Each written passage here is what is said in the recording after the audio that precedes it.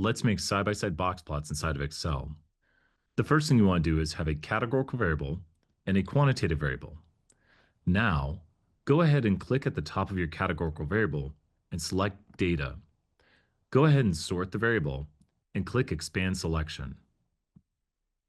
Now, we're going to make two new columns over here with the names of our levels. Go ahead and type in yes and no if those are your levels.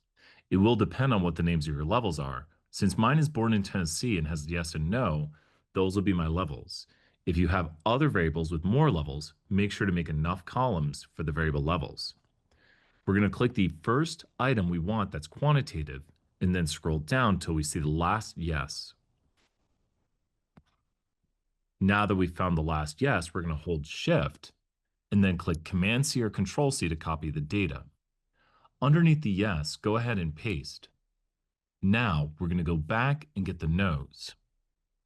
Click the first item, then hold Shift when you get to the bottom and click the last item. Hit Control or Command-C to copy. Now go ahead and paste. We have both of our quantitative vectors and they're labeled at the top.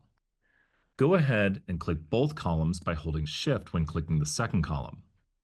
You'll want to go to Insert, and then underneath the histogram, you can find the side-by-side box plots. If you'll notice, we have a few outliers in this side-by-side box plot. When you add data labels, it will give you the 5-number summary, the mean, and any outliers. So let's go ahead and add them to the right under the chart design. If you don't want these extra values because they are not the maximum, you'll have to click twice. When you click a second time, you can delete the items. If you don't want the mean because it's not traditionally included in Boxplots, you can click it twice and remove it.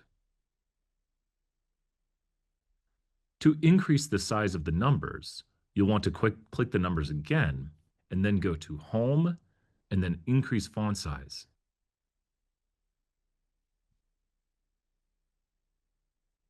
Try to make the boxplot look pretty and easy to read for the reader.